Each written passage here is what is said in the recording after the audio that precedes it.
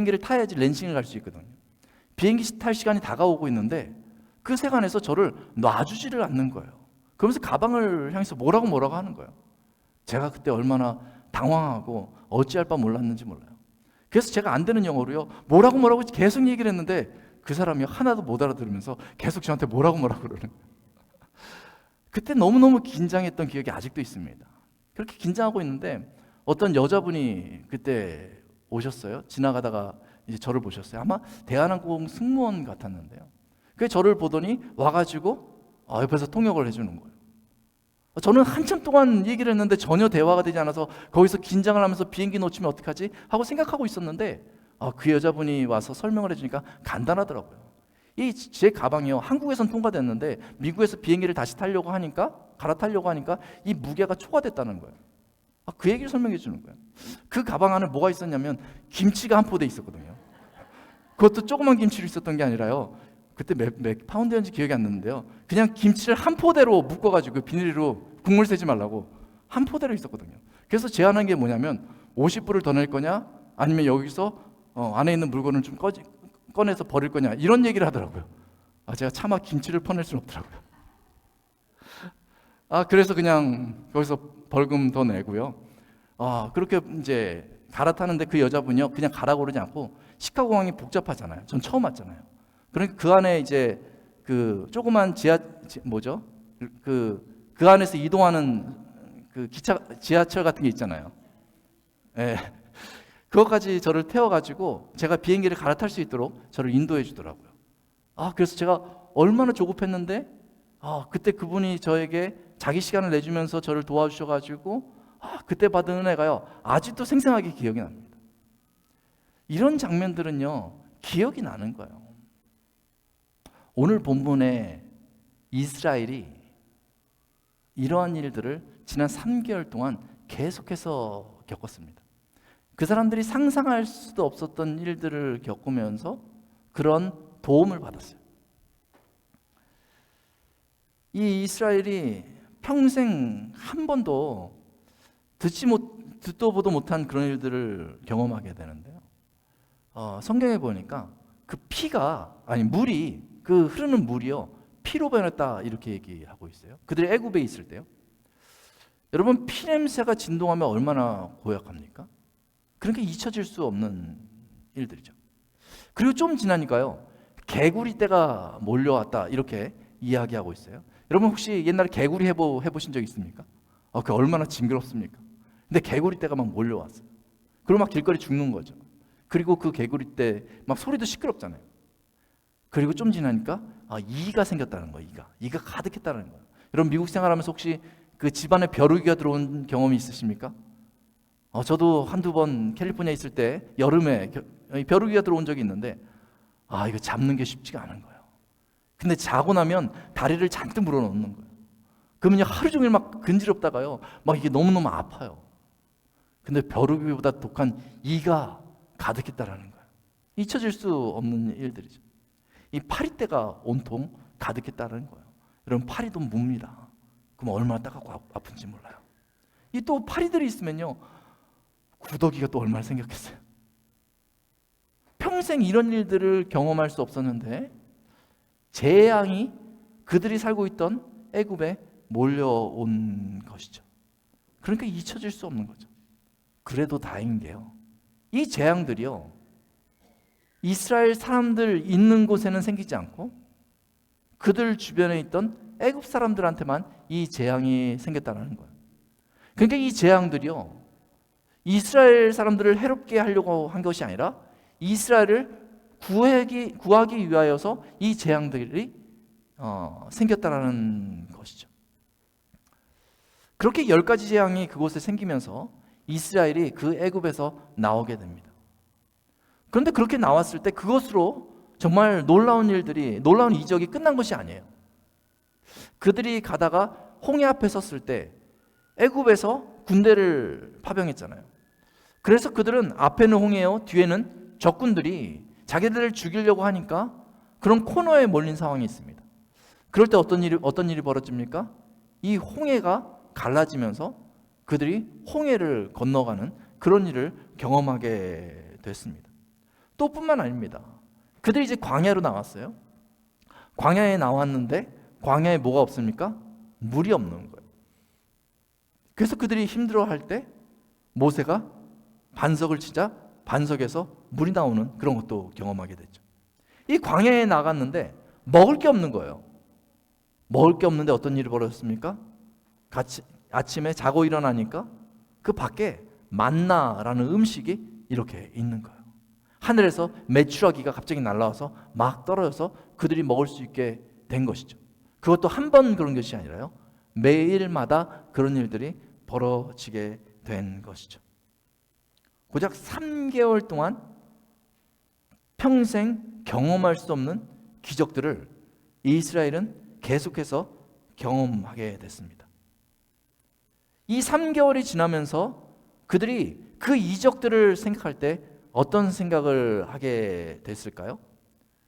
이스라엘 사람들이 그 기적들을 보면서, 자기들을 위한 기적들, 그 도움의 손길을 보면서 무엇을 깨달을 수 있었을까요? 하나님이 계시는구나, 이것을 깨달았을 거예요. 그 이적들을 하나님이 행하신 거기 때문에, 하나님이 이런 이적을 행하셨구나, 하나님이 나를 도우시는구나, 이것들을 깨달아야 쓸 것입니다. 그러면 그 다음에 무엇을 해야 합니까? 하나님께 감사하다고 얘기해야죠. 하나님이 그런 이적들을 통해서 우리를 구해내셨으니까, 하나님이 그런 이적들을 통하여서 우리를 광야에서 지켜주셨으니까 하나님께 감사하다고 이야기하는 것이 당연한 것 아니겠어요? 그런데 성경을 읽다 보니까 이스라엘의 행동이 제가 예측했던 것과 전혀 다릅니다. 이스라엘이 어느 순간부터 감사하기보다는요, 불평합니다. 출애굽기 14장에 보면 홍해를 만났을 때 죽게 됐다고 하나님을 원망합니다. 16장에 보면 광야에 나왔을 때 먹을 것이 없어 죽게 됐다고 원망합니다. 17장에 보면 목말라 죽겠다고 불평합니다. 사실은요, 그때 상황이 죽게 될 상황도 아니었거든요. 아직 애국 군대의 공격이라도 당한 것이 아닙니다. 아직 아무 일도 벌어지지 않았어요. 그런데 그들은요, 미리 염려하며 걱정하면서 이제 저 애국 군대가 다가오고 있으니까 이제 우린 죽게 됐다, 이렇게 얘기한 것이죠. 이 광야에 나갔을 때요, 그들이 먹을 음식이 벌써 떨어진 것도 아닙니다. 뭐 한 끼라도 굶은 것도 아닙니다. 그런데 미리 예측하는 거예요. 이제 음식이 곧 떨어지면 우리는 굶어 죽을 거라고. 그들이 벌써 목이 말라서 그 갈증 가운데 허덕이게 된 것도 아닙니다. 그런데 우리는 목말라 죽게 됐다고 그러면서 원망하고 불평합니다. 하나님이 3개월 동안 많은 이적을 베풀어 주셨으면 어려운 상황을 만났을 때 스스로 그 일들을 해결해 보든지, 아니면 이적을 베푸신 그 하나님을 신뢰하면서 합심하여 기도를 하든지 해야 되는 것 아니겠어요? 그런데 그들은 미리 염려하고 미리 걱정하면서 벌어지지 않은 그 일들 때문에 우왕좌왕하면서 하나님께 원망하고 하나님 앞에서 불평합니다. 이적을 베풀어 달라는 거예요. 하나님께서 이적 베푸는 게 당연한 것처럼 하나님 뭐 하고 계십니까? 우리가 불편하잖아요. 지금 하나님 뭐 하고 계십니까? 우리가 죽을 수도 있잖아요. 하나님 뭐 하고 계십니까? 우리 안에 평안이 없지 않습니까? 하나님 이적을 좀 베푸십시오.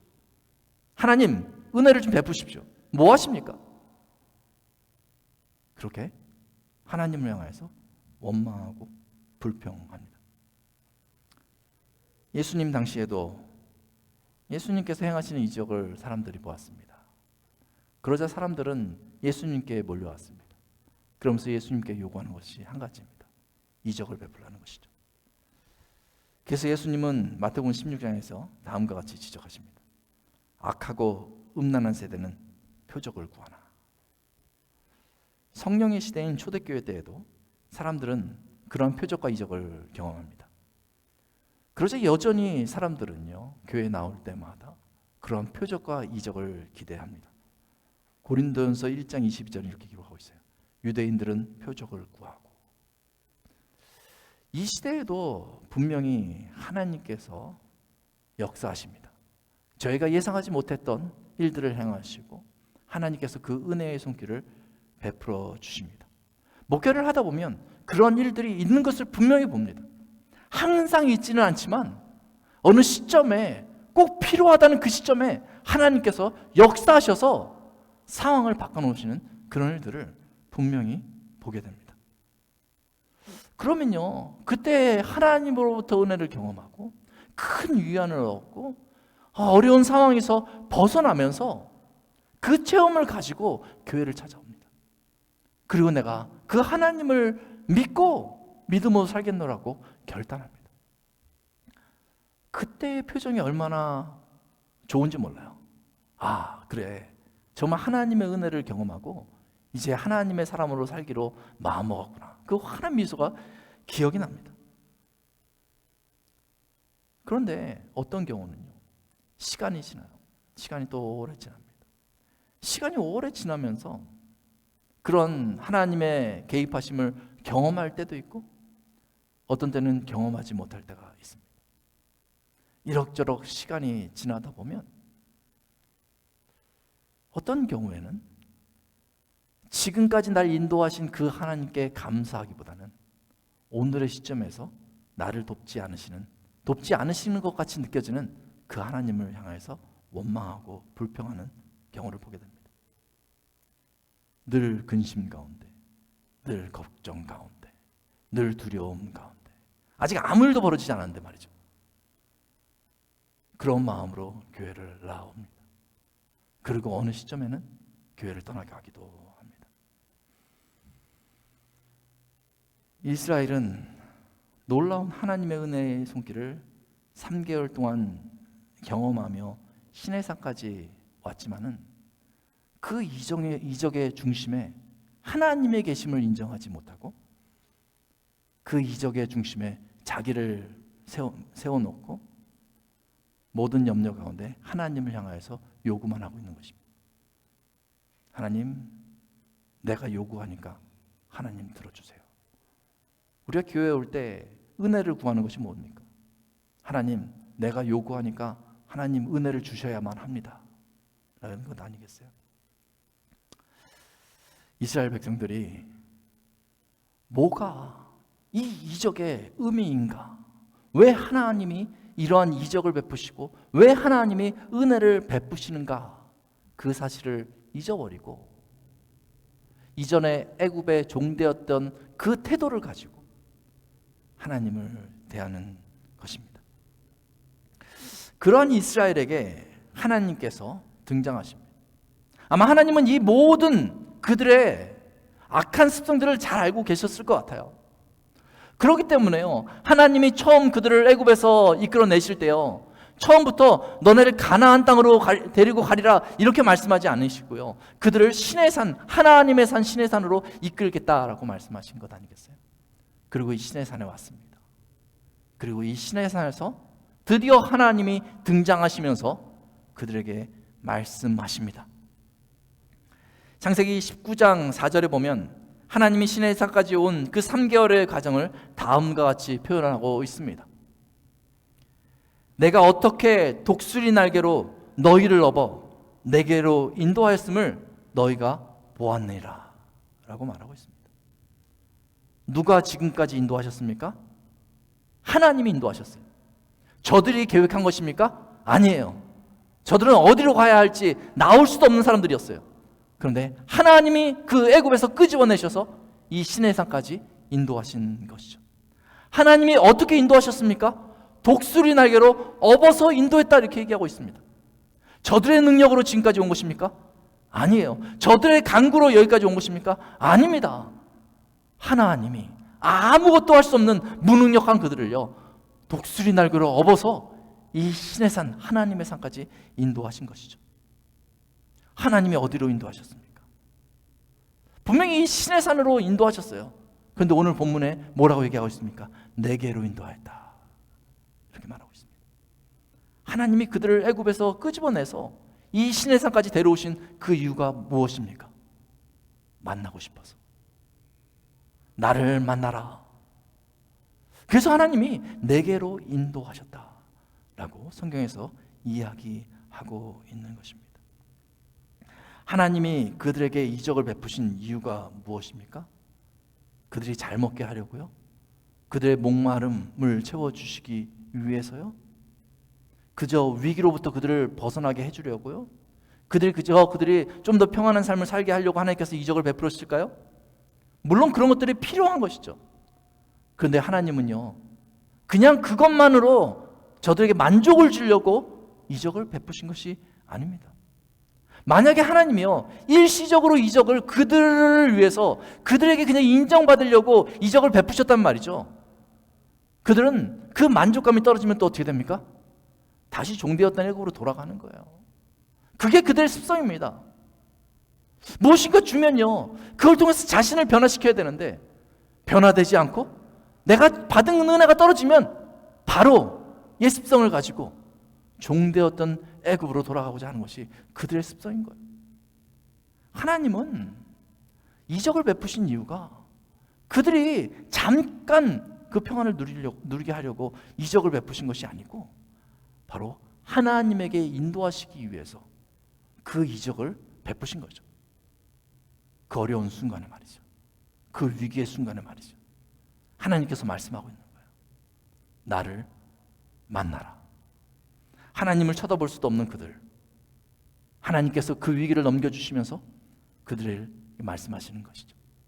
나를 만나라. 하나님은 그들을 변화시키기 원하십니다. 이적을 베풀었지만 이 신의 산에서는요, 그 이적의 다음 단계가 있는 거예요. 그것은 바로 하나님 앞에 서게 하는 것입니다. 하나님과 인격적인 관계를 형성하게 하시는 것입니다. 그리고 그 관계 가운데 저들을 변화시키기 원하시는 것이죠. 출애굽기 19장 5절 말씀을 보면 이렇게 얘기하고 있습니다. 세계가 다 내게 속하였나니 너희가 내 말을 잘 듣고 내 언약을 지키면 너희는 모든 민족 중에서 내 소유가 되겠고 너희가 내게 대하여 제사장 나라가 되며 거룩한 백성이 되리라, 이렇게 말하고 있습니다. 하나님은 그들과 언약하십니다. 언약할 이유가 없는데요, 하나님께서 그들을 끄집어내셔서 하나님 앞으로 이끄시더니 하나님이 언약하시는 것입니다. 너희가 내 말을 잘 듣기만 하면 너희가 내 백성이 될 거다. 신분을 바꿔주시는 것입니다. 이스라엘의 신분은 무엇입니까? 애굽의 종이었어요. 종 되었던 신분을 이제 누구의 백성 삼아주십니까? 만왕의 왕이신 하나님의 백성 삼아주시겠다라고 저들과 언약하시는 것입니다.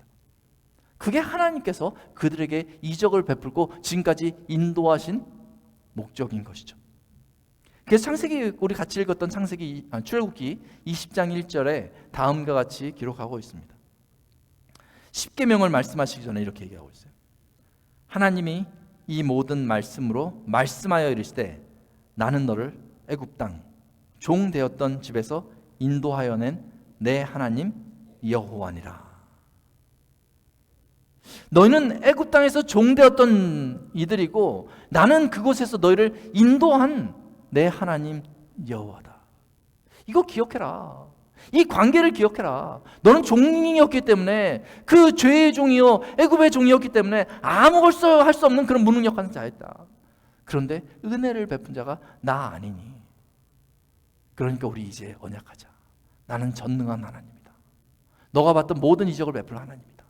너가 나의 말을 들으면 너는 나의 백성이 될 것이다. 이것이 하나님의 구원입니다. 하나님이 우리를 구원하셨다는 의미는 바로 이것입니다. 나를 이제 만나라.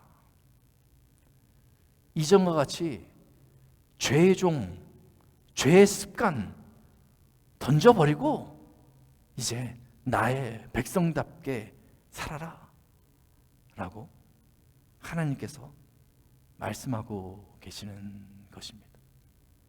이 십계명이 중요하지만 십계명이 중요한 이유는요, 바로 이 출애굽기 1, 2절 때문에 중요한 거예요. 우리는 죄의 종이었고 하나님은 우리를 구원하신 분이시기 때문에 이제 이 계명을 통하여서 하나님의 백성답게 살겠습니다. 하나님의 백성답게 살아라. 이 언약 관계가 바로 이 십계명에 있는 것이죠. 십계명을 주신 분은 하나님이십니다. 언약을 주신 분이 하나님이십니다. 그 모든 것을 통해 가지고 결국 무엇을 하라고요? 하나님을 기억하라 라고 이야기하고 있는 것이죠. 이 십계명은요, 죄와 죽음으로부터 구원받는 방법을 가르쳐주고 있지 않습니다. 오히려 십계명은요, 하나님으로부터 구원받은 백성을 위협하는 이방의 문화로부터 우리 자신을 지킬 수 있는 방법을 가르쳐주고 있는 것이죠. 이스라엘이 가나안 땅에 들어가야 되는데 가나안 땅에 들어가면 그 문화 가운데 우리도 모르게 빠져들어서 하나님과 거리가 멀어질 수 있기 때문에 그것으로부터 지킬 수 있는 방법을 가르쳐주고 있는 것이죠. 그 계명을 따르다 보면 우리가 이 사실을 잊지 않는 것이죠. 하나님은 우리를 구원하신 분이시지, 그 많은 이적으로 우리를 살려주신 분이지, 우리가 하나님의 백성이지, 이것을 기억하게 되는 것이죠. 하나님은 이 계명을 통하여서, 이 하나님의 말씀을 통하여서 이 이스라엘 사람들 뿐만 아니라 오늘 예수 그리스도로 말미암아 믿음의 삶을 살고자 하는 우리에게 경종의 소리를 울려주시는 것입니다. 그 소리가 내 귀에 들릴 때마다 우리는 정신을 바짝 차리고 하나님 앞에 나아가서 하나님의 백성답게 살아가야 하는 것입니다. 예전에 제가 부목사 때 있었던 일입니다. 토요일 날마다 이제 새벽 예배를 아침에 인도를 하는데, 이제 보통 담임 목사님이 토요일 날은 항상 인도하셨는데, 담임 목사님이 이제 한국에 갑자기 갈 일이 있어가지고 한국에 가셨습니다. 그래서 토요일 날 이제 오시기로 해서 제가 이제 공항에 라이드 가기로 했거든요. 그 대신에 제가 토요일 날 새벽 예배 인도해야 했습니다. 그래서 금요일 날 금요 기도회를 끝내고 나서 밤에 10시에 이제 훈련 프로그램 다 끝내고 이제 10시, 11시 정도 이제 집에 갔어요. 집에 갔는데 마음이 너무 뜨거운 거예요. 그래서 딱 이제 말씀을 다시 이렇게 펴고 보니까 제가 토요일 새벽 예배 설교 준비한 게 너무 미흡하다는 생각이 막 드는 거예요. 그래가지고 잠을 못 자고 이제 다시 수정하고 다시 말씀을 묵상하면서 새벽 2시까지 제가 이제 토요일 새벽 예배 이제 준비를 했어요. 이 정도면 정말 하나님 말씀 잘 전할 수 있겠다 하고 2시에 잠이 들었습니다. 그리고 시계를 맞춰놓고 잤어요. 그런데 시계를 제가 3번이나 알람을 해놨는데 그 알람 소리를 듣지 못한 거예요. 알람 소리 대신 전화 소리가 울리는 거예요. 알람이 울려야 되는 전화 소리가 울리는 거예요. 그 전화를 딱 받았거든요. 그랬더니 교회 장로님이세요. 장로님이 목사님 어디세요? 이렇게 전화 왔더라고요. 새벽 예배 6시에 시작되는데 시계를 딱 보니까 6시인 거예요. 제가 정신이 번쩍 들었습니다. 그래서 장로님한테 장로님 제가 지금 일어났으니 장로님 인도하십시오. 그리고 정신없이 준비해서 교회를 갔던 기억이 납니다. 종소리가 들리는데도 인지하지 못해서 깨지 못하는 거죠. 우리의 영적인 눈이 어두워지고 잠이 들어있으면 교회는 계속 나오고 있고 예배도 드리고 이렇게 찬양도 하고 뭐 여러 가지 것들 다 하고 십계명도 지키는 것 같지만은요, 깨닫지 못하는 거예요. 나는 의로운 크리스찬처럼 살아가지만요, 하나님을 만나지 못하는 거예요. 내가 믿음의 삶을 살아가는 것 같은데 하나님은 안 계십니다. 어느 시점부터 하나님에 대한 원망만 가득한 거예요. 어느 시점부터 걱정과 두려움과 염려만 가득한 거예요. 내 주변에 아무 일들도 벌어지지 않았는데 마치 내 인생이 다 망가질 것처럼 불안해하는 거예요. 지금까지 나를 인도하신 그 하나님, 나를 구원하신 그 하나님은 보이지도 않는 거예요.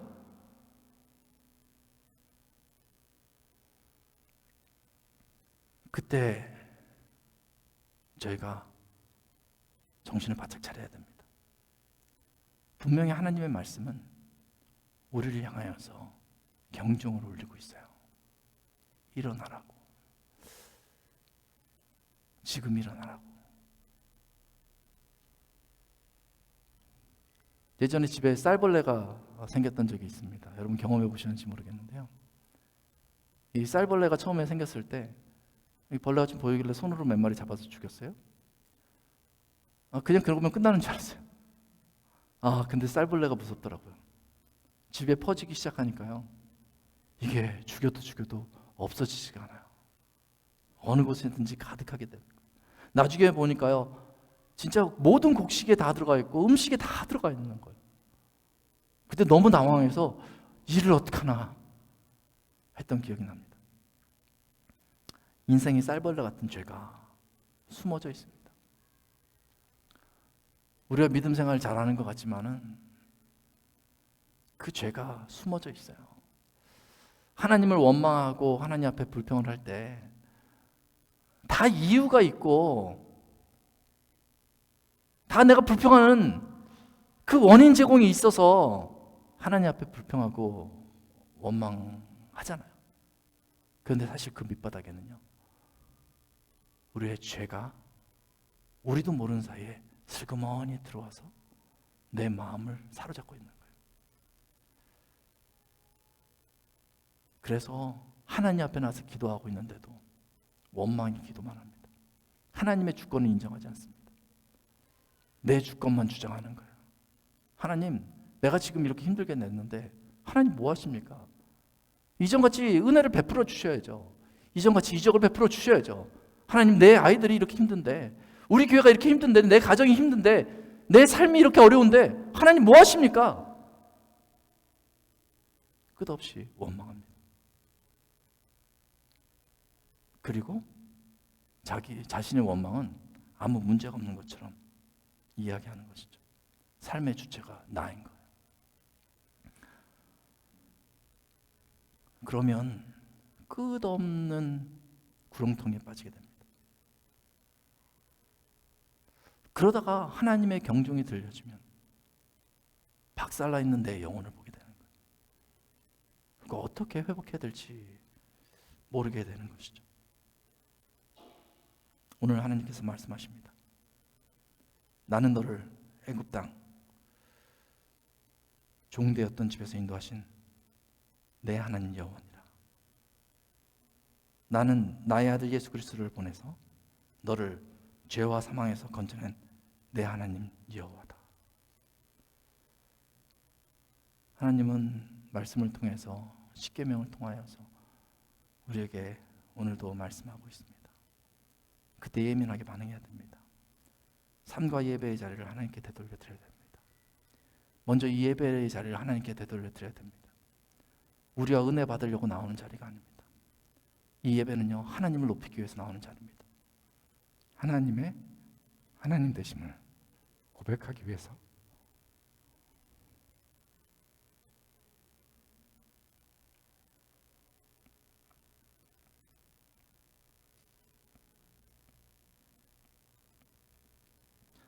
나오는 자리가 바로 예배의 자리입니다.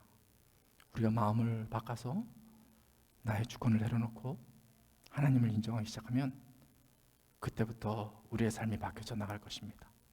우리 인생을 향한 하나님의 그 계획과 하나님의 경종을 우리가 깨닫고 하나님의 백성의 그 특권을 우리가 다시 누리게 될 줄로 믿습니다. 우리 같이 기도하겠습니다.